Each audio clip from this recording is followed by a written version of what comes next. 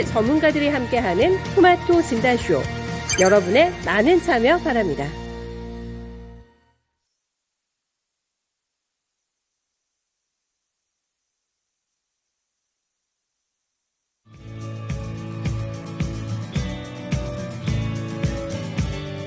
네, 안녕하세요. 종목진단 맛집 진단쇼의 김민아입니다. 네, 오늘 날씨 괜찮네요. 그리고 우리 시장 분위기도 괜찮습니다. 일단은 미국 증시도 모두 다 반등을 했죠. 섹터들도 다 올랐고 그래서 상승 랠리를 펼쳐나가고 있는데 이게 이유가 실적 기대감이라고 합니다. 이 실적 기대감 때문에 미국의 3대 주요 지수 모두 오른 가운데 우리 증시에서도 이렇게 전방위적인 상승세가 포착이 되고 있는데요. 우선 이 실적 기대감이 우리 증시에까지 도달한 모습을 좀 긍정적으로 바라볼 수 있겠습니다. 네, 그러면 이제 좀 출석 체크도 먼저 해보고 넘어갈까 하는데요. 많은 분들이 오늘도 찾아와 주셨네요. 네, 마그마님, 서단계 1년차님, 준호님, 앞산솔님, 또 러브수기님 다 오셨는데 앞산솔님 제 얼굴이 굳었나요? 왜 굳었을까요? 제가 얼굴 마사지도 받고 왔는데 네, 그러게요. 좀 얼굴을 펴보겠습니다.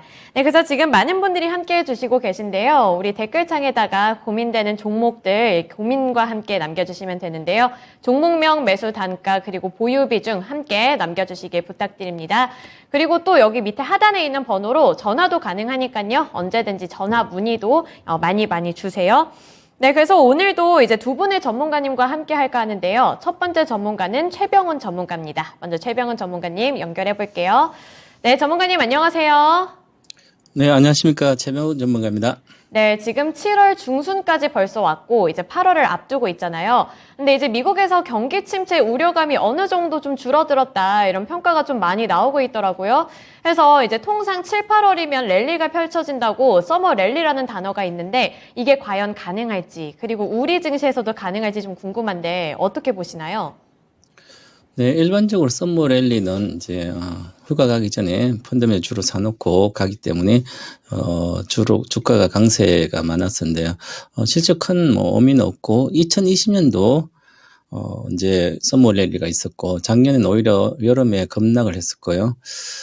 지금 저희 시장뿐만 아니라 글로벌 시장도 워낙 많이 빠져 있는 상태에서 이제 시세가 좀 강하게 올라간다면 썸머 랠리를 할 수도 있지만 현 상태에서는 썸머 랠리를 한다는 근거는 미흡하고 좀 부족한 측면이 있습니다. 그래서 썸머 랠리라고 보다는 어떤 반등 장세 그렇게 봐야 되지 않을까 그렇게 보고요. 그 근거는 물가, 유가, 금리는 계속 고공행진은 7, 8, 9월 달에 계속 있을 걸로 보이고요. 어떤 물가 피크아웃은 6월이 인플레이션 피크 정점이라고 보는데 소비자 물가지수 최정점 7월은 좀 하락할 거로 보입니다. 그렇더라도 크지 않고 추세 하락이 시작되는 게 중요하거든요. 그것은 4분기 정도 돼야 될 걸로 보입니다. 그래서 유가도 추세적인 하락이 시작되는 것은 10월 말 이후가 되지 않을까. 그렇게 되면 그 이후에 오히려 연말장은 있을 수 있겠지만 지금은 썸머 랠리는 기술적 반등, 즉 우리뿐만 아니라 미국 글로벌 증시 한 10% 정도 내외의 상승은 가능할 걸로 보입니다. 그럼 반등장이라고 봐야 되는 거죠. 짧은 랠리 이렇게 그래서 지금 현재는 낙폭과대 대형 우량주 중에서 실적이 계속 우상향한 주식 그쪽이 좀 더 나을 걸 보이고 물론 많이 빠졌으니까 낙폭 과대하니까 모든 종목이 많이 빠졌으니까 어느 정도 올라가는 것은 20%, 20, 30%는 쉽게 올라갈 수는 있습니다. 하지만 현재 구간에서 20, 30% 보고 주식을 신규로 편입하시는 것보다는 사상 고점을 돌파할 수 있는 그런 기업을 찾아서 들고 있는 게 가장 큰 수익을 보지 않을까 이렇게 보고요. 먼저 오늘 시장도 이렇게 보시면 전체 시가총액 100등 중에 오늘 강한 종목들은 은행주들이고요. 그 다음에 화학 관련된 것도 있고요. LG화, 포스코 케미칼, 대다수 화학 쪽이 경기 너무 침체 우려를 너무 강하게 했다. 그래서 경기 회복에 대한 기대도 있고 그래서 그렇고요. 개별적으로 있는 거. 그 다음에 최근 들어서 많이 빠진 것 중에 실적 좋은 것도 좀 반등하고 있고 그동안 좋았던 종목들은 오히려 계속 빠지고 있습니다. 그래서 지금은 오늘 또 삼성전자를 보더라도 이틀 정도 반등을 강의하고 다시 잘 못 가고 있습니다. 저항성왔기 때문에. 그래서 기술적으로 보더라도 바닥은 통과했지 않나 이런 생각을 갖고 있고요. 주봉도 보면 이번 주는 안 가더라도 뭐 다음 주 이후부터는 다시 8월은 좀 더 나을 걸로 보입니다. 9월 중순까지. 그래서 어느 정도 9월 중순까지 67,000 정도, 여기서 한 10% 정도는 쉽게 올라갈 거 보이기 때문에 그러면 전체 지수도 비슷하게 올라가겠죠. 그래서 업종 지수를 보면 주봉 기준으로도 2,570 정도, 8월 달 정도에 2,570까지는 한번 가지 않을까 그렇게 보여집니다. 그러면 중기적으로 주봉 기준으로 보면 반등이죠. 22평선을 돌파 못하는 반등이 나올 걸로 보이고요. 일봉 차트로는, 일봉 기준으로는 내일까지 박스권 이상 상단이 제가 보는 기준인데요. 2377포인트 이상에서 놀게 되면 양봉으로, 그러면 어느 정도를 랠리를 단기적으로 할 수 있을 걸로 보입니다. 그렇더라도 이 강력한 122평선 통과는 아직은 8월까지 쉽지 않을 걸로 보이기 때문에 단기 한 10% 내외의 상승 랠리, 그러면 선도주도 한 20% 내외, 일반적인 종목 한 10% 정도 다 올라가지 않을까 이렇게 보고요. 지금 올라가는 것보다 더 중요한 밑으로 하방 경직성이 있기 때문에 괜찮은 주식을 사놔도 그렇게 불안하지 않다는 거죠. 지금 현금 들고 있는 것보다는 주식을 사서 갖고 있는 게 하방 경직성이 확보됐기 때문에 많이 올라가는 것보다도 쌀 때 사놓고 기다리는 게 매매하지 않고 수익을 낼 수 있는 방법이고요. 해외 지수 보게 되면 나스닥 종합주가 지수입니다. 주봉 차트로 보시면 반등이 시작되는 걸 보입니다. 그럼 일반적으로 그건 12,800이죠. 이제 12,800이기 때문에 12,800에서 지금 현재 11,200, 그럼 한 10% 정도 되죠. 그래서 반등이 좀 시작된 걸로 보이고요. 소토캐스트 가일권으로 가고 있기 때문에 다음 주 정도 연봉을 주더라도 8월은 어느 정도 반등할 걸로 보입니다. 자, 그럼 일봉상으로는 우리나라 비슷하게 위로 올라갈 수 있는 구조를 지금 만들고 있습니다. 그래서 가일권 들어가게 되면 만들 건데요. 수렴하고 윗방향으로 틀었습니다. 22평선. 그 얘기는 8월 달은 7월보다 훨씬 더 좋은 매매 환경이 온다는 거죠. 그러면 지금부터라도 다음 장을 위해서 준비를 해놔야 될 거고요. 그러면 지금 현재 우리가 투자를 하면서 여러 가지 확실한 것은 아직은 없습니다. 물가가 확실히 추세 하락한다든지, 금리가 하향으로 간다든지, 경기가 확실히 회복된다든지 특별한 게 없기 때문에, 그러면 단기적인 어떤 시세만 보지 말고 긴 흐름으로 가야 되지 않을까 이렇게 보고요. 지금 미국의 이제 월가 애널리스트들 30년 가까이 조사를 했는데 매번 조사를 합니다. 그런데 지금 심리와 투자 상태가 94년부터 1993년 조사했는 것 중에 가장 나쁘다고 그럽니다. 현금을 가장 많이 들고 있고 경기 침체 우려를 가장 많이 하고 있어서 전부 채권을 많이 투자하고 있고 주식에 대해서 비관적인 전망을 많이 하고 있습니다. 그러면 심리적으로 보면 거의 30년간 가장 안 좋게 보고 있으니까 바닥이라는 거죠. 어떻게 보면 전문가들조차도 비관에 빠지는 게 철저한 바닥입니다. 지금까지 역사가 그랬습니다. 그래서 하방 경직은 확실히 유지됐다. 여기서 지수가 10% 빠진다더라도 단기간 기다리면 쉽게 올라올 수 있는 구간이기 때문에 이제부터 내가 그동안 봐왔던 돈이 있으면 사고 싶은 주식을 포트에 각각 채워놔야만 내년에 큰 수익이 나지 않을까 이렇게 보여지고요. 우상향할 수 있는 실적, 그걸 찾아서 소주의 종목에 집중하는 게 가장 큰 수익을 보는 전략으로 보고 있습니다. 네.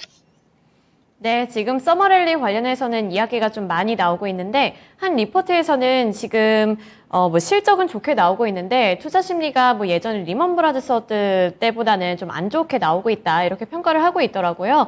그래서 지금 의견이 약간 분분한 상황이기는 한데 우리 모두 서머랠리를 좀 기대해 보면서 여름을 함께 잘 났으면 좋겠습니다. 네, 그래서 일단 이제 첫 번째 종목 진단으로 넘어가 볼까 하는데요. 어쩌라고 내 맘이지님, 이렇게 단골 어쩌라고 내 맘이지님이 보내주신 종목이고 매드팩토입니다. 27,000원 그리고 5% 보유 비중 들고 계신다고 하는데요.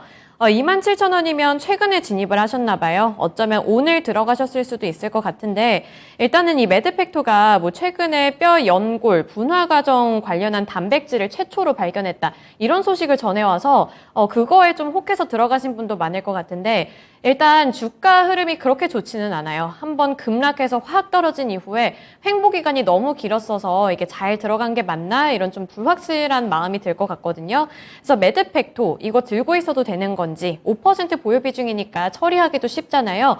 전문가님 이거 매드팩토 어떻게 보시나요? 비중도 적지만 싸게 산 걸로 보입니다. 지금 어떤 주식을 사도 부실주를 사도 조금 들고 있으면 낙폭과되기 때문에 수익은 날 걸로 보입니다. 그런 측면으로는 괜찮다. 면역 항암제, 저분자 함몰 상체 치료제라든지 이쪽이 괜찮은 기술이 갖고 있는 회사고, 그리고 전반적으로 당연히 바이오 이쪽은 다 적자는 계속 이어지는데요. 그보다 중요한 것은 자산을 보면, 자산이 한 1,000억대 정도 되네요. 유동자 1,224억, 부채가 600억. 그럼 아직까지 이렇게,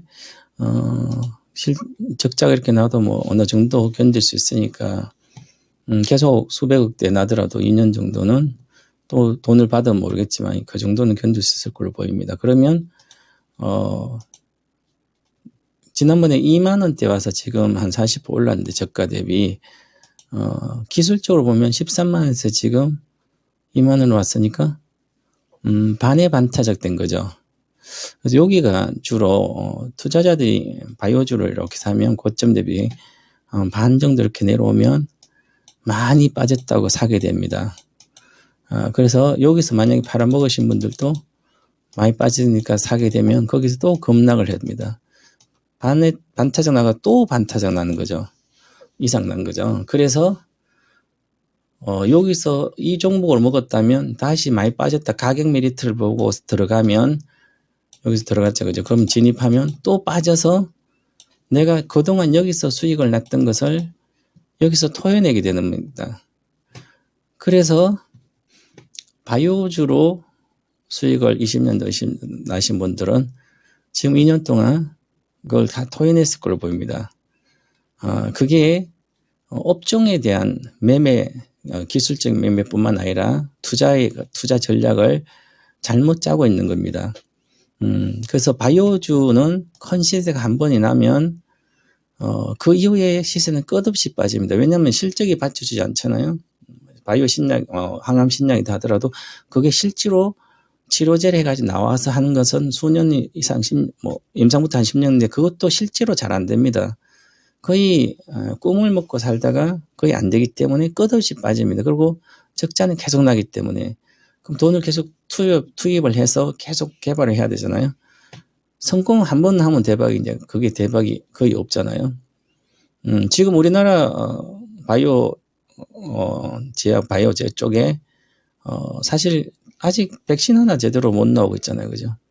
그만큼 바이오가 어려운 겁니다. 그래서 기술적인 매매는 지금도 마찬가지고요. 많이 빠졌다고 들어가셔서 매매하는 것은 가격만 보는 거예요. 물론 이런 것은 본전만 지키고 가지고 있으면 또 35,000원 정도까지는 아마 갈 걸로 보입니다. 어떤 이슈가 있으면. 그래서 그 정도 해봤자 한 20%밖에 안 되기 때문에 그래서 제가 늘 그렇게 말씀드리거든요. 20, 30% 주식 하신 분들은 10년 동안 일해봤자 개미처럼 일만 하지 주식 투자만 매매만 하지 건돈은 못 번다. 지금은 모든 종 낙폭 가되기 때문에 최소 100% 이상 날 종목이 수두룩합니다. 그런 걸 가지고 지금 사놓고 좀 더 빠지면 더 사고 다른 주식을 손절해서라도 나쁜 주식 사서 이쪽에 그런 주식을 또 사주고 그 가정을 지금 해야 될 텐데 비중 5% 가지고 사서 여기서 해서 수익 나봤자 뭐 하겠습니까?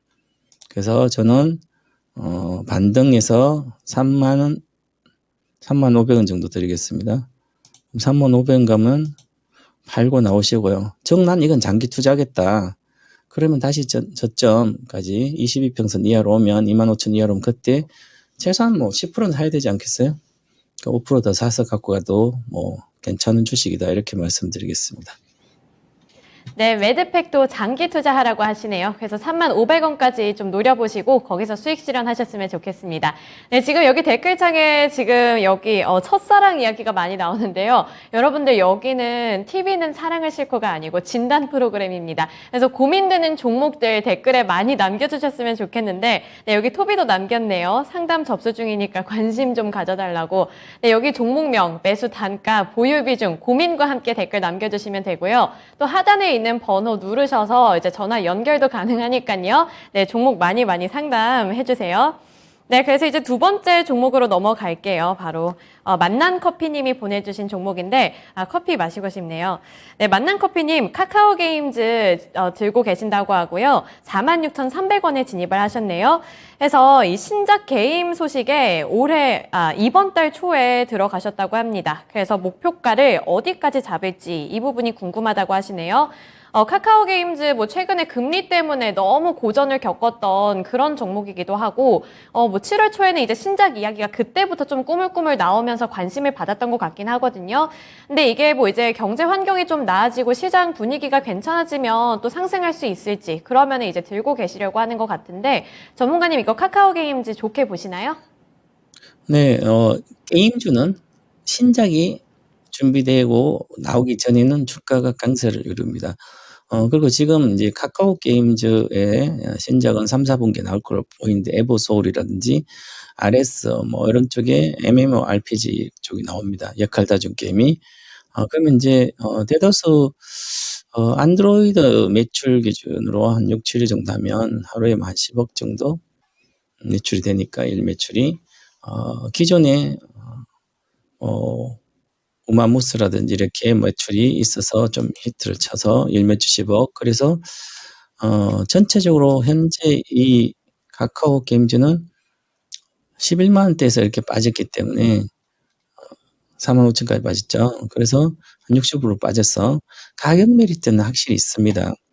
그래서 게임주들은 박스권 하단에 이렇게 왔을 때 지금 보면 신규 등록하고 나서 하잖아요. 신규 등록했을 때도 9만 원 정도 내외였으니까 4만 원대는 반타적이기 때문에 충분히 이 회사의 가치를 산정해서 신규 등록해서 상한가 가서 이렇게 되더라도 이 가격은 4만 원대는 확실한 저평가된 가격대입니다.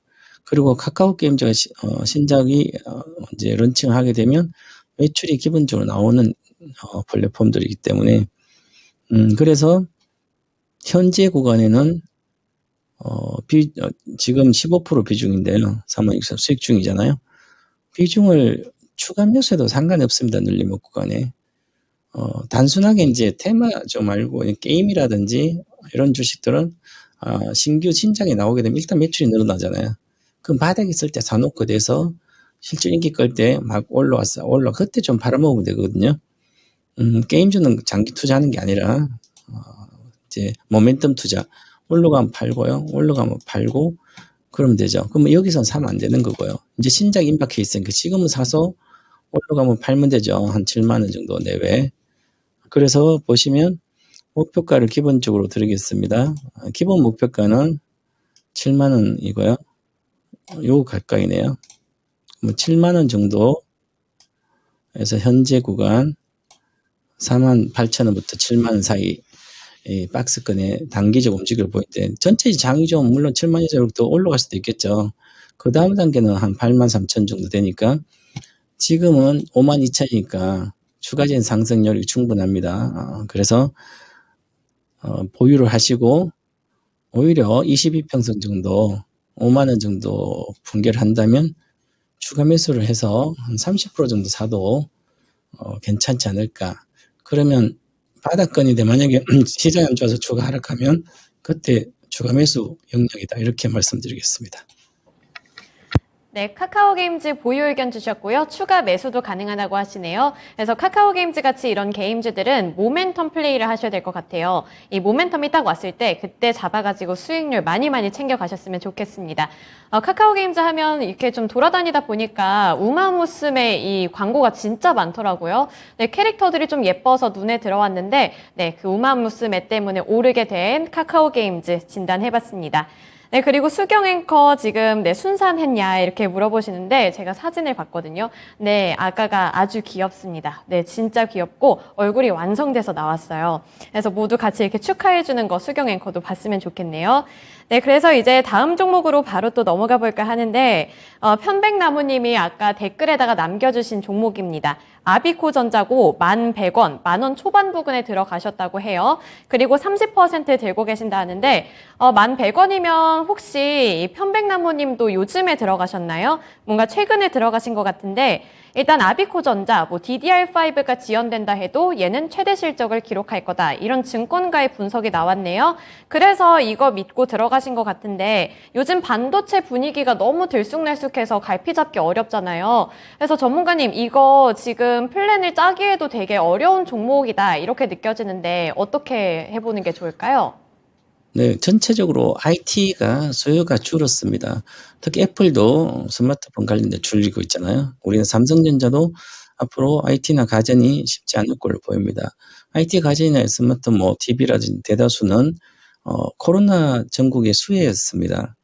코로나가 지금 다시 유행한다 치더라도 그때 처음에 유행할 때 TV도 그렇고 스마트폰 살 거 IT는 기기는 거의 다 샀기 때문에 추가적인 구매 수요는 크지 않을 걸로 보입니다. 그러면 IT 수요의 가장 큰 게 가전이라든지 스마트 이런 기기들인데 모바일 기기 이쪽은 모멘텀 즉 상승 동력이 거의 없는 거고요. 오히려 내려갈 수밖에 없는 그런 거고 자동차 관련된 이제 IT 부품들은 좀 더 낫습니다. 전기차 여러 나은데 이쪽인 대다수 이 아비코전자 PCB에 들어가는 수동 소자 이쪽인데 인쇄로 개판이죠. 그래서 인덕터 저항기 주로 이렇게 하면 결국 이것도 크게 보면 PCB 수요가 많아야 되는 거고요. IT 수요 쪽에 가전이나 이 스마트폰, 모바일 기기 이런 게 많아야 됩니다. 지금 그게 줄어든다고 애플도 투자나 여러 가지 줄이고 있잖아요. 고용도 그렇고. 그러니까 지금 이렇게 꾸준히 추세 상승했던 것은 이제 추세 하락이 눈에 보이는 겁니다. 자, 그러면 과거에도 이렇게 올라갔다가 지금 내려가고 있잖아요. 올라가다 이게 경기가 나빠지면 18년부터 경기가 나빠졌거든요. 언제까지요? 19년까지 경기가 저집 가면서 IT도 수요가 없었습니다. 거의 많이 줄었습니다. 끝없이 내려갔죠. 마찬가지입니다. 지금도 끝없이 내려갈 걸로 보여요. 다시 8,000원 이하로 6,000원까지 갈 걸로 보이기 때문에 지금 제 방송을 듣는 투자자들은 이렇게 가정인 IT의 어떤 부품들 하는 것은 잠깐 기술적 반등할 때 오히려 줄여서 다른 걸로 가셔야 되는 거죠. 그래서 지금은 스마트폰 사고, TV 사고, 모바일 기기 같은 여러 가지 관련된 사고 그런 시대가 아니잖아요. 그렇기 때문에 지난번에 이거 그냥 전체적으로 소비가 늘면서 코로나 좀 그래서 간 거예요. 다 똑같습니다. 그래서 지금은 반등 시에 팔아야 된다. 그래서 이것도 마찬가지로 11,000원 정도인데요. 그리고 손절가도 있습니다. 9,700원 손절가 드리고요.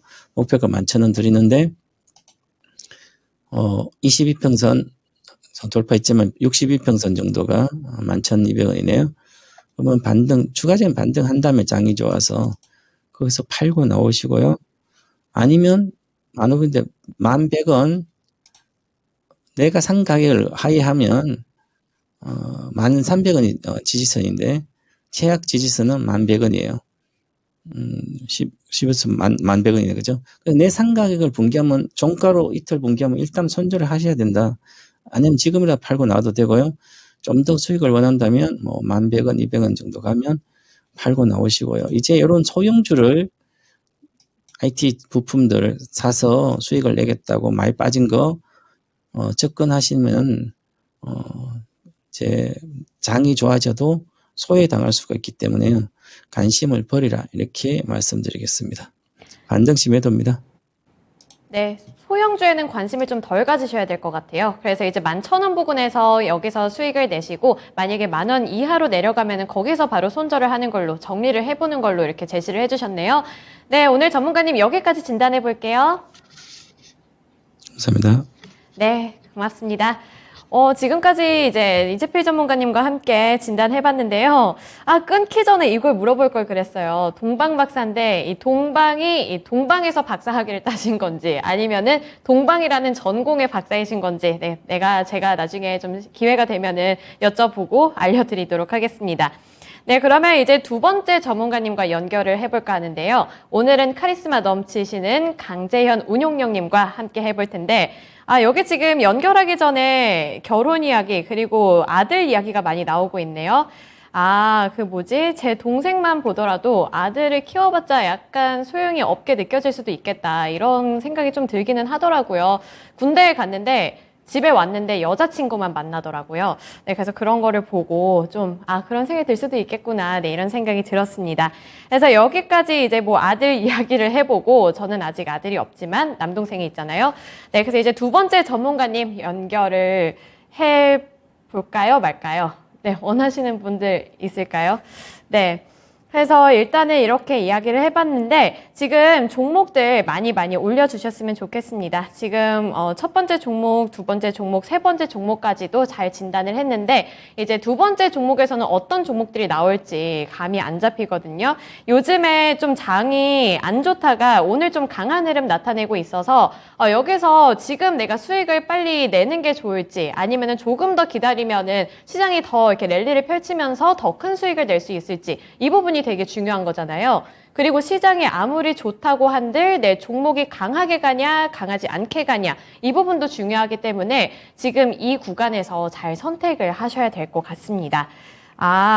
그리고 네. 저도 남편은 없어요. 맞아요. 남편 아직 없죠. 제가 결혼을 했을 것 같나요? 네, 그래서 일단 시장 이야기를 해보고 싶었는데 갑자기 결혼 이야기로 이렇게 방송에서 이렇게 좀 나오고 있네요. 그래서 네, 일단 결혼하고 성장하면 마음을 비워야 한다. 네, 여기 이거 제가 참고하겠습니다.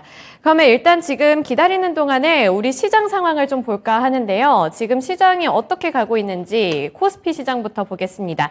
코스피 지수는 오늘 이렇게 좀 큰 폭으로 오르면서 출발을 했었는데 지금도 오름세를 잘 유지는 하고 있지만 아까 아침에 비해서는 살짝 둔화가 됐네요. 오늘 아침에는 굉장히 강하게 가서 1% 넘게 상승 중인데 지금도 1% 가까운 상승률 기록하고는 있지만 0.99%로 살짝 탄력이 둔화가 됐습니다. 그리고 오늘 코스닥 시장 상황도 좀 볼까 하는데요. 오히려 오늘은 코스피 시장보다 코스닥 시장이 더 강한 모습 연출하고 있네요. 코스닥 시장은 거의 변동성이 없어요. 오늘 갭 상승 출발한 다음에 795포인트까지 올라갔다가 지금 살짝 둔화됐지만 코스닥 지수는 역시 1.46%로 아직까지도 강한 흐름을 나타내고 있는 그런 시장 상황입니다. 그리고 오늘 도대체 누가 이 지수를 끌어올리는 건지 이 부분도 좀 중요하잖아요. 누가 들어와서 이거를 지금 올리고 있는지 이게 중요해서 이렇게 볼까 하는데 오늘은 개인 쪽에서 매수세가 많이 유입이 되고 있고 오히려 외국인과 기관은 팔고 있네요. 외국인과 기관이 좀 이 수급을 많이 받쳐줬으면 좋겠는데 개인 쪽에서 좀 많이 파는 게 살짝 아쉬운 느낌이 들기는 하지만 그래도 우리 개인 투자자분들이 잘 받쳐주고 있는 부분은 상당히 좀 긍정적으로 볼 수 있겠네요. 그리고 코스닥 시장도 살펴보겠습니다. 코스닥 주체별 매매 동향 살펴보면 여기서는 오히려 지금 개인 쪽에서 차익 실현 움직임 나서고 있고요. 외국인과 기관이 동반 매수세 나타내고 있습니다. 외국인보다 기관이 더 많이 사들이고 있는데 기관이 코스닥 시장에서 이 코스닥 100종목들 위주로 많이 사들이고 있는 모습이 포착이 되고 있네요. 그래서 지금 외국인이랑 기관이 어떤 종목들에 좀 관심을 많이 보이고 있나 이런 것들을 좀 보면서 앞으로의 이런 흐름을 좀 캐치를 할 수가 있잖아요. 네, 그래서 네, 그런 것들도 좀 봐야 할 것 같습니다. 그래서 일단 외국인과 기관이 코스닥 시장으로 유입이 되고 있으니까 이 외국인과 기관이 어떤 종목에 관심을 보이고 있는지 이 부분도 좀 체크 포인트로 두시고 투자 플랜 세워보셨으면 좋겠네요. 네, 그럼 이제 드디어 강재훈 운용령님 만나보겠습니다. 네, 운용령님 안녕하세요. 네, 안녕하십니까. 강재훈입니다. 네, 오늘 시장 강한 흐름 나타내고 있는데 이게 제가 아까 오프닝 멘트에서 했지만 미국에서 이 실적 기대감 때문에 우리 증시에도 훈풍이 불어 들어왔다 이렇게 볼 수가 있겠더라고요. 그런데 일단 이 실적 이야기를 하다 보니까 여기서 제일 중요했던 게 넷플릭스 실적이 생각보다 좋게 나왔잖아요. 심지어 구독자 수가 줄기는 했는데 원래 예상치가 200만 명 줄어들 거다 이렇게 봤는데 그거에 비해서 97만 명 줄어든 거면 나름 나쁘지 않은 성적이어가지고 그게 되게 좋게 작용을 하고 있는 것 같거든요. 그래서 이 K 콘텐츠 관련주들 이제 고개 들고 좀 랠리를 펼칠 수 있을지 이 부분 어떻게 보시나요? 넷플릭스와 국내 컨텐츠가 꼭 비슷하진 않습니다. 그러니까 넷플릭스와 비슷하다라고 얘기할 수 있는 부분은 우리나라 이제 CJ EML 그리고 이제 스튜디오 드래곤 같이 이제 대규모의 이제 시나리오 관련된 쪽 제작 쪽 이렇게 들어올 수 있는데 이번 미증시 자체가 컨센서스가 굉장히 많이 낮춰져 있는 상태입니다. 그러니까 그 낮아진 컨센서스를 부합했다라는 부분과 뭐 방금 말씀하셨듯이 구독자 수가 굉장히 많이 감소할 것이다 라고 전망했던 부분이 많이 풀렸던 거죠. 근데 여기서 또 하나 체크해야 될 건 뭐냐면 앞전에 넷플릭스 같은 경우는 4분기 실적 발표하고 나서 거의 40%의 급락을 했었고요. 그리고 앞전에 1분기 실적 발표하면서 또 마찬가지로 굉장히 큰 폭의 급락을 했었죠. 그러다 보니까 넷플릭스 이 종목에 대해서 이제 시장에서 콜과 풋 이 비율을 놓고 보면은, 그러니까 풋이라는 거는 이제 추가적으로 하락이 더 떨어질 거다 이렇게 봤던 쪽의 무게가 굉장히 많았었습니다. 그러니까 우리나라로 얘기하면은 공매도를 친 쪽이 굉장히 많았다는 이야기인데, 근데 결과치를 보니까 괜찮다는 얘기거든요.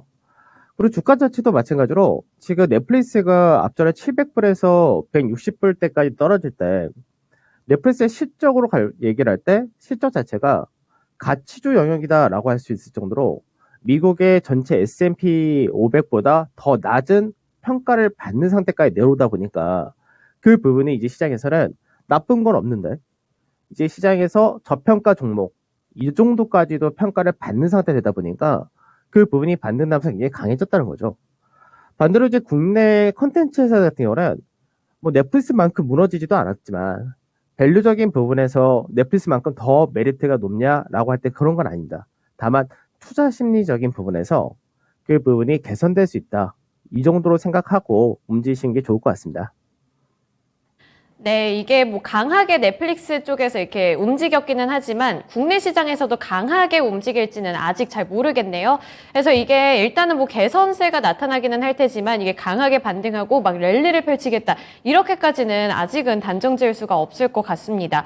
뭐 이번에 넷플릭스 쪽에서 새로운 시도도 한다고 하죠. 뭐 이번에 저가 광고를 이제 유입을 해가지고 사용 요금을 조금 내리겠다 이런 전략을 펼친다고 하더라고요. 그래서 여러분들은 이 부분 어떻게 생각하시나요? 저는 뭐 광고 조금 보고 요금이 내려가는 게 더 효율적이고 합리적이지 않나 이런 생각이 드는데 지금 뭐 현대차도 거기에 광고 들어가겠다 이렇게 줄 섰다는 소식도 들려오고 있고 이렇게 되면 좀 주가랑도 함께 연동되지 않을까 이런 기대 심리가 좀 작용이 됩니다. 그래서 이제 첫 번째 종목 우리 강재현 운용령님과 함께 진단해볼까 하는데요. 이번에 전화 연결입니다. 네, 시청자님과 연결해볼게요. 네, 시청자님 안녕하세요. 네, 안녕하세요. 네, 반갑습니다. 네, 반갑습니다. 네, 오늘 어떤 종목 들고 오셨어요? SK 이노베이션요.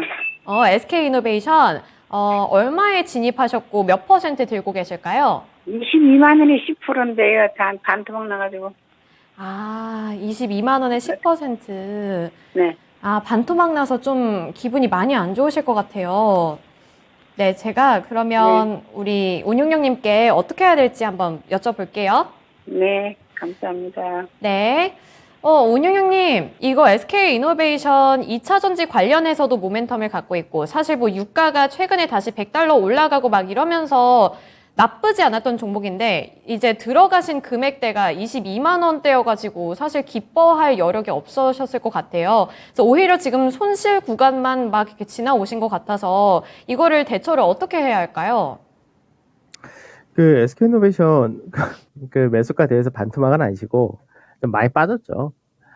그러니까 이거는 이제 SK이노베이션 자체적인 문제라기보다는 사실 시장 영향이 굉장히 컸다라고 보셔야 되는데 유가 같은 경우는 뭐 90불에서 110불 사이에서 당분간 안정적으로 움직일 가능성이 높다 이렇게 보시면 될 것 같고요.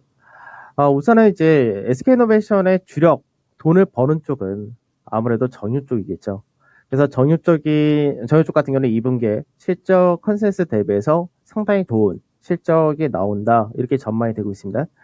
그래서 앞전에 유가가 빠질 때 좀 세게 빠졌던 이유 중에 하나가 이제 앞으로 유가가 빠지게 되면 뭐 재고평가 손실이라든지 정제 마진이 축소될 수 있다 이 부분인데 이 부분도 시장이 과하게 해석했던 케이스였기 때문에 뭐 크게 우려하실 필요는 없을 것 같습니다.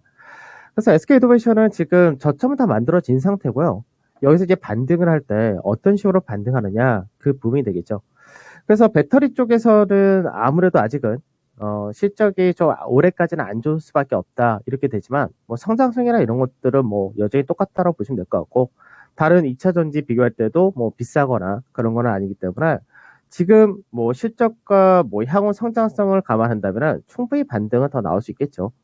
그래서 이 반등이 나온다 했을 때 1차적으로 걸린다라고 할 수 있는 자리가 이제 19만 7천 8천자일 때 한 번은 저항이 좀 세긴 한데 그 라인대를 올라타고 안착하고 그리고 추가적인 강세를 보인다면은 22만 원이라는 자리대 그 라인대는 충분히 돌파가 가능한 그런 자리가 됩니다. 그래서 SK이노베이션 같은 경우는 지금 현재 크게 볼 때는 이제 채널 패턴으로 내려온 케이스라서 지금 충분히 바닥 만들고 상승 지지 그 다음에 상승한다 이런 관점이라서 좀 시간은 걸리시겠죠. 시간은 걸리는데 22만 이상은 충분히 가능하고 이제 나중에 22만 넘어가서 좀 시간 투자를 한다 했을 때는 뭐 24만 원 정도까지 열어두셔도 된다 이렇게 말씀드리도록 하겠습니다. 네, SK이노베이션 관련해서 주셨는데 일단 앞으로 22만 원 이상으로 오를 가능성이 있다고 말씀해 주셨네요. 네. 오래 걸립니까? 네? 몇 개월? 몇 개월 오래 걸려요? 조금 기다려보라고 하시는데 네. 네, 조금 더 기다려보세요. 네, 감사합니다. 네. SK이노베이션 최근에 좀 그래도 가끔씩 고개 들고 있는 종목이죠. 관심도 많이 받고 있는데 사실 반토막까지는 아니지만 이게 아무래도 내가 돈을 쥐어들고 있다 보면 반토막 난 것처럼 느껴질 수 있잖아요. 그래서 근데 너무 걱정하지 않으셔도 될 것 같습니다. 그래서 SK이노베이션 이렇게 의견 들어봤고요. 두 번째 종목으로도 넘어가 볼까 합니다. 바로 이제 주식 투자자님이 보내주신 종목이고 삼성 SDI 2차 전지 셀업체 쪽에서 또 최근에 그 셀업체 중에서도 좀 유독 관심을 많이 받았던 종목인 것 같기도 해요. 그래서 이 삼성 SDI는 갖고 계신 분들도 상당히 많으실 것 같아서 지금 눈여겨보시는 분들도 많이 계실 것 같다는 생각이 드는데 일단 우리 주식 투자자님은 63만 6천 원에 진입을 하셨고 보유 비중이 상당합니다. 60% 들고 계시네요. 그래서 60만 원대에 이렇게 진입을 하셨으면 약간 이제 최고가 수준에서, 최근 최고가 수준에서 매수를 하신 것 같은데, 일단 장기, 그리고 단기적인 목표가가 궁금하다고 하십니다. 운용형님, 이 삼성 SDI 전망은 나빠 보이지 않는데, 단기적으로 바라볼 때 어느 정도로 잡아야 될 것 같나요? 그리고 장기적인 목표도 세워주세요. 그 삼성 SDI는 정말 단골 종목인 것 같은데, 삼성 SDI가 지금 현재 흐름은 굉장히 괜찮습니다. 괜찮게 잘 움직인다 이렇게 봐야 될 것 같고 실적도 컨센서스 뭐 무난히 부합한다 이렇게 전망을 하고 있기 때문에 다만 이제 삼성 SDI를 볼 때마다 고민이 되는 건 어떤 거냐면 지금 이제 추가적인 위쪽 방향에 대해서는 뭐 크게 어렵지 않을 걸로 보이는데 61만에서 62만 원 이 가격대를 넘어가서 추가 상승할 수 있을 것이냐 사실 그게 제일 좀 까다롭지 않았겠습니다. 그래서 개인적인 관점에서는 이제 61만원에서 2만원 여기까지는 어렵지 않다고 여기를 간 다음에 돌파를 해서 지지를 밟고 상승할 거냐 아니면 61만원에서 2만 갔다가 다시 한번 내려왔다가 넘어가는 과정 이 과정을 할 거냐 이게 좀 까다롭지 않을까 싶습니다. 그러니까 지금 시청자분께서 매수하신 가격대가 63만 6천 원이기 때문에 그 가격대는 뭐 갈 수는 있다고 생각하는데 그 과정이 방금 말씀드렸듯이 매수가 좀 못 미친 자리에서 저항 맞고 떨어졌다가 할 거냐, 아니면 그 라인대를 넘어갔다가 지지 밟고 갈 거냐, 거기서가 가격이 조금 애매하신 것 같습니다. 그래서 저는 개인적으로는 이제 다이렉트로, 그러니까 시장에서 반등 자체가 강하게 나와서 61만 원, 2만 원짜리대를 바로 간다가 되면은 비중에서 줄이셔야 되는 거고요. 비중 줄이셨다가 다시 GTS 받아 내려올 때, 그때 다시 그 재매수 하신 쪽이 좋지 않을까, 이렇게 말씀드려야 될 것 같고, 만약 그때 가기 전에 맞고 먼저 조정 받고 간다면 계속해서 그냥 가져가시다가 나중에 좀 더 밑자리를 끌고 가서 비중이 많으시니까 나중에 한 65만 원 근처 오면은 그때부터는 비중 좀 줄이시는 걸로, 그렇게 말씀드리도록 하겠습니다. 네, 조금 들고 계시다가 비중을 줄여보는 것도 괜찮은 플랜이 되겠네요. 네, 그래서 삼성 SDI 단골 종목으로 나올 수밖에 없는 게 워낙에 이 시가총액이 크기도 하고 이 2차전지 셋업체들이 아무래도 이 국내 증시를 주도하는 그런 섹터이잖아요. 그래서 그 안에서 들고 계신 분들이 많을 것 같은데 거기서 최근에 좀 모멘텀을 많이 갖고 있는 종목이 삼성 SDI다 보니까 이 단골로 좀 이렇게 방송에도 많이 출연하는 거 아닌가 싶네요. 그래서 삼성 SDI 들고 계신 분들도 이거 참고하셔가지고 앞으로 어떤 투자 계획 세워보면 좋을지 잘 판단해 보시길 바랍니다. 네, 그래서 이제 세 번째 종목 우리 운용영님과 함께 진단해 볼겠네요. 하늘이님이 보내주신 종목이고 레이크 머티리얼즈라고 합니다. 5,100원에 진입을 하셨고 15% 들고 계신다 하는데 고민 포인트가 추가 매수를 해도 괜찮을지 이 부분이 고민이 된다고 하십니다. 일단은 지금 이렇게 차트 보면은 그때 매수를 하시고 쭉 하락세가 나타났다가 다행인 거는 이제 7월 들어서면서부터 쭉쭉쭉 상승 흐름만 나타내고 있거든요. 그래서 조금만 더 힘을 내주면 일단 원금 회복까지 충분히 가능할 것 같아요. 그래서 지금 추가 매수를 해서 평단가 낮추고 여기서 조금 더 올라갔을 때 수익 내는 그 전략이 괜찮은지 이 부분을 여쭤보시는 것 같네요. 네, 운용영님 이거 레이크 머티리얼즈 지금 추가 매수하는 게 더 괜찮을까요? 아니요, 추가 매수해서 실익이 없습니다. 그러니까 지금 현재 매수가가 5,100원을 하셨는데 현재 주가가 4,850원이기 때문에 해봐야 5% 정도밖에 차이가 안 난다 정도 돼 있죠. 그러니까 현재 매수가와 현 주가가 그렇게 괴리가 없기 때문에 이거는 추가를 하시게 되면은 평단이 크게 낮아지지도 않고 오히려 안 좋은 케이스가 될 경우는 더 안 좋게 되는 상황이기 때문에 이건 추가 매수하신 케이스 아닙니다. 레이크 머티리얼즈 자체가 반도체와 태양광 관련된 소재거든요. 그러니까 최근 들어서 강세에 뛰거나 뭐 했던 부분이 반도체 소재 쪽보다는 아무래도 태양광 관련된 소재 이쪽에서 주목을 좀 더 받았다 정도 이렇게 보셔야 될 것 같고 회사가 실적 성장이라든지 이런 것들은 뭐 꾸준히 잘 나오고 있습니다. 그래서 그 부분에서는 뭐 계속해서 나쁘지 않다 이렇게 봐야 될 것 같은데 근데 이게 차트적인 부분에서는 조금 고민을 하셔야 되는 게 회사 자체가 뭐 주가 그동안 꾸준히 올라왔었고요. 그리고 현재는 윗자리 대가 5,500원 정도를 이제 단기적으로 계속해서 고가를 만들었고 반대로 저가는 이제 4,000을 만들었죠. 그러니까 4,000에서 5,000원 사이 계속해서 왔다 갔다 했다 이렇게 보셔야 됩니다. 다만 이제 제가 좀 차트적인 부분에서는 고민을 해야 된다라고 말씀드린 게 왜 그러냐면 이번에 5,500원을 넘어간다가 되면은 그때는 추가적으로 윗자리가 한 6,500원 정도까지가 더 열린다 됩니다. 다만 넘어가지 못한다가 되고 지금 현재 중간마디다라고 하시는 자리대가 4,700원 정도 이 정도 되는데 여기를 많이 이탈을 해가지고 위를 아예 못 가고 밑으로 떨어지는 일이 벌어진다면은 그때는 그림이 좀 많이 안 좋습니다. 그림 자체가 약간은 고가를 만들고 추가적인 하락을 만들 수 있는 패턴으로 갈 수 있기 때문에 그 부분은 조금 생각을 하셔야 될 것 같습니다. 그래서 지금 이 종목은 위로 돌파가 나온다면은 뭐 상당히 좋겠지만 그렇지 못한다가 될 경우는 밑으로 떨어질 수도 있기 때문에 그걸 좀 염두를 해두시고 마지노선을 좀 잡으셔가지고 그 마지노선을 깨진다 했을 때는 비중을 좀 축소한 전략도 같이 병행을 좀 하시는 쪽으로 그렇게 말씀을 드리도록 하겠습니다. 네, 레이크 머티리얼즈 좀 기술적으로 바라봐야 될 것 같습니다. 일단 실적은 나쁘지 않네요.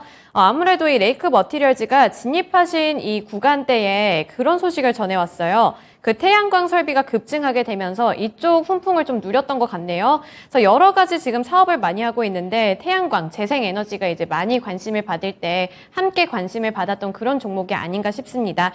그래서 그때 이제 진입을 하신 만큼 신중한 판단하셔서 어떻게 하면 손실 줄이고 수익률을 더 늘릴 수 있을지 고민해 보시길 바랍니다. 네, 그래서 이제 이렇게 레이크 머티리얼즈, 신재생 에너지 관련주까지 함께 살펴봤고요. 다음으로 이제 넘어갈 종목은 원필님이 보내주신 종목입니다. KB금융 52,700원에 진입을 하셨는데, 네, 그렇죠. 요즘에 금융주 때문에 소갈이 하시는 분들 많을 것 같아요. 원래는 이게 금융주들이 금리 인상 뭐 이런 걸로 이렇게 호재를 누리기도 했었는데, 최근에는 뭐 경기 침체 가능성 이런 게 좀 새롭게 떠오르면서 워낙에 힘을 못 내고 있는 그런 종목들이라서 언제 도대체 추세 전환을 할까 이걸 기다리시는 분들이 원필님 말고도 많이 계실 것 같아요. 그래서 운용량님 이거 KB금융 이제 금융주들이 최근에 뭐 미국에서 실적도 좋게 발표를 했고 했으니까 다시 올라갈 수 있을까요? 미국에서 금융주들 같이 또 약간 섞어서 말씀드리자면, 미국에서 금융주들이 강한 반등이 나왔던 배경 중에 첫 번째는 낙폭 과대입니다. 그러니까 그동안 시장에서 금융주들이 하락폭 자체가 굉장히 크게 나타났었거든요.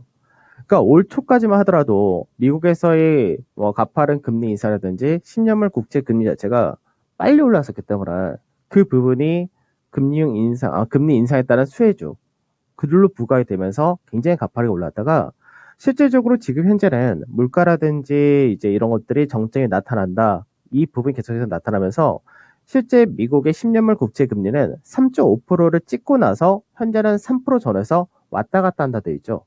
그러니까 국내 은행주들 같은 경우가 미국의 10년물 국채 금리 그 가격을 먼저 반영을 했다가 그 부분이 떨어진다 되니까 오히려 주가가 더 빠진다가 되는 거고요. 그리고 이제 정부 자체가 지금 현재 은행주들에서 초과적인 금리 차이를 많이 가져가는 부분, 그 부분에서 계속해서 규제를 한다. 이런 얘기도 은행주에는 심리적인 부분에서 안 좋았었다. 이렇게 봐야 되겠죠. 그러면 실제로 현재 주가가 밸류라든지 실적 대비해서는 굉장히 싸다라는 거는 당연한 이야기인 거예요. 그러면 이제 지금 현재 반등이라는 부분이 추세적인 반등이다. 이건 아직은 아니고 지금은 낙폭과에 따른 반등이다라고 보셔야 됩니다. 그러면 은행주 같은 경우는 언제 모멘텀을 좀 많이 받을 수 있는 시기가 오냐라고 하면은 결국 배당 모멘텀이 들어올 때가 이슈가 좀 될 겁니다. 그래서 지금 현재 KB금융 같은 경우가 단기 낙폭이 컸다가 이번 주 들어와서 굉장히 가파르게 반등을 했는데 실제로 이번 한 주 동안의 상승폭 자체가 10%입니다. 그러니까 적은 상승폭이 아닌데 워낙에 시장에서 크게 빠지다 보니까 이 10%라는 상승폭이 별로 티가 안 난다가 되는 거죠. 그러면 지금 현재는 1차적으로 반등한다 했을 때는 지금 앞전에 저점 만들었던 51,000원짜리 전후가 이 가격이 저항이 좀 세다가 됩니다. 그래서 이 라인대를 올라타서 안착하는 과정 그거를 보여준다 되면은 추가적인 반등이 열린다. 이렇게 되시는 거고요. 그렇지 않다면은 51,000원짜리 전후를 우선 저항으로 인식을 한 다음에 나중에 여기서 다시 바닥 따지게 하고 날씨가 서서히 추워지는 시기가 오게 되면은 배당 모멘텀에 의해서 반등이 나온다. 이렇게 보시면 됩니다. 그래서 시간 투자를 하셔가지고 이 종목을 이제 매수가 이상 수익까지 보신다가 되면은 결국 이제 거의 한 4분기 초까지는 끌고 가셔야 되는 거고요. 그렇지 않고 이 종목에 대해서 이제 뭐 어느 정도 좀 짧은 시간대에 마무리하고 싶다 하면은 시장에서 이제 51,000원짜리 때 안착한 다음에 53,500원 정도까지는 바로 나올 수 있습니다. 그러니까 그 정도에서 비중을 축소하시거나 정리하시고 나중에 다시 잡으시거나 그런 식으로 하시면 될 것 같습니다. 네, 원필님 일단 53,000원 부근에서 이렇게 좀 정리를 하시는 것도 괜찮겠다 말씀해 주셨네요. 그래서 일단 가을쯤에 배당 매력 안고 있잖아요. 그때를 또 한번 노려보시길 바라겠습니다. 그리고 이제 오늘의 마지막 종목이 되지 않을까 하는데 빠르게 넘어가 볼게요. 진정주리니님이 보내주신 종목이고 오늘 이 토픽과도 좀 일맥상통한 종목입니다. 초록뱀 미디어 28,800원 진입하셨고요. 8% 들고 계시네요. 그래서 얼마나 올라갈지 또 언제까지 기다려야 할지 알려주세요. 이렇게 보내주셨는데 아무래도 오늘 이제 넷플릭스 훈풍이 좀 많이 불어들고 있어서 지금 이제 K 콘텐츠 버티신 분들이 오늘 혹하실 것 같아요. 이 초록뱀 미디어 앞으로 추가 상승 여력 강할까요? 그 초록뱀 미디어가 최근 들어서는 이제 드라마 제작 자체를 크게 키우고 있다 보니까 실적 자체가 이제 돌아선다. 그 부분이 작년에 이제 강하게 모멘텀을 받아줬고 그래서 현재 올해도 그래도 실적이 이제 개선된 게 이어질 거다. 이런 관점으로 움직이고 있습니다. 실적 대비했을 때는 뭐 성장폭이 많이 들어가 있다. 이렇게 보셔야 되는 거고요. 그러니까 아직까지는 이제 회사가 기대치로 인해서 많이 올라간 케이스지 실적만 갖고는 뭐 좋았다 이런 건 없습니다.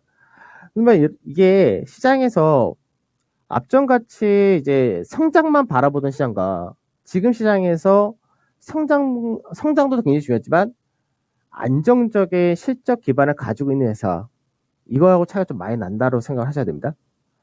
그러면 지금 현재 초록빛 미디어 같은 경우가 주가가 뭐 굉장히 많이 빠졌죠. 고가 대비해서 뭐 많이 빠졌다 이렇게 보시면 되는데 지금 현재는 이제 바닥 만들고 올라온다 정도 그 정도로 생각을 하셔야 될 것 같고 매물 자체가 별로 거의 없이 반등이 가능한 자일 때는 18,800원 정도 요 정도까지는 크게 매물이 없다가 됩니다. 근데 이거를 넘어서서 더 위로 간다가 되려면은 뭔가 확연하게 뭐 드라마나 뭐 어떤 투자를 하고 있는 쪽에서 소위 말한 대박이 좀 나와야 되지 않을까. 그렇게 돼가지고 분위기가 완전히 전환이 되면 모르겠지만 그렇지 않다가 될 경우는 현재 이 회사 주가가 뭐 시청자분께서 매수하신 가격까지 올라간다라는 거는 시간을 얼마나 투자한다 이게 답이 사실 없습니다. 그러니까 굉장히 오랫동안 기간 동안 투자해가지고 가면은 이게 매수가 이상 갈 거냐라는 부분을 지금 현재는 예상을 하기가 좀 어려운 그런 케이스이기 때문에 이 부분은 좀 약간 시청자분께서 결단 좀 하셔야 되지 않을까 싶어요. 그래서 우선 제가 볼 때는 18,800원짜리 전후 정도까지는 가능하다가 단기적으로 가능하다 보이는데 그러고 나서 진짜 세게 움직인다 했을 때는 한 21,000원 정도까지가 맥시멈 정도로 되지 않을까. 그래서 이 종목은 반등 시에 정리를 하신 쪽이 좋지 않을까? 이렇게 말씀드리도록 하겠습니다. 네, 초록뱀 미디어 만약에 대박 터트리는 작품이 나온다 하더라도 21,000원까지 바라보고 계시네요. 그래서 지금 좀 결단을 잘 내리셔야 될 것 같습니다. 그래서 초록뱀 미디어 들고 계신 분들 그리고 콘텐츠 관련주 갖고 계신 분들 좀 고민이 많이 되실 것 같은데 네, 투자 판단 잘 하시기를 네, 바라보겠습니다. 네, 오늘 운용용님과는 여기까지 진단해 볼게요. 오늘 말씀 고맙습니다. 네, 감사합니다. 네, 오늘 이렇게 넷플릭스 실적 발표한 이후에 시장 분위기도 나쁘지 않은데 마지막을 이 콘텐츠 관련주로 장식을 했네요. 그래서 이 콘텐츠 관련주들 K 콘텐츠 더 흥행해 보기를 바라면서 오늘 진단주 여기까지 해보겠습니다. 네, 지금까지 투자 판단에 대한 도움 정보를 드렸고요. 하지만 특정 종목의 상승과 하락을 보장하지는 않습니다. 내일도 같은 시간에 또 많은 종목들 함께 진단해요. 시청해주셔서 고맙습니다.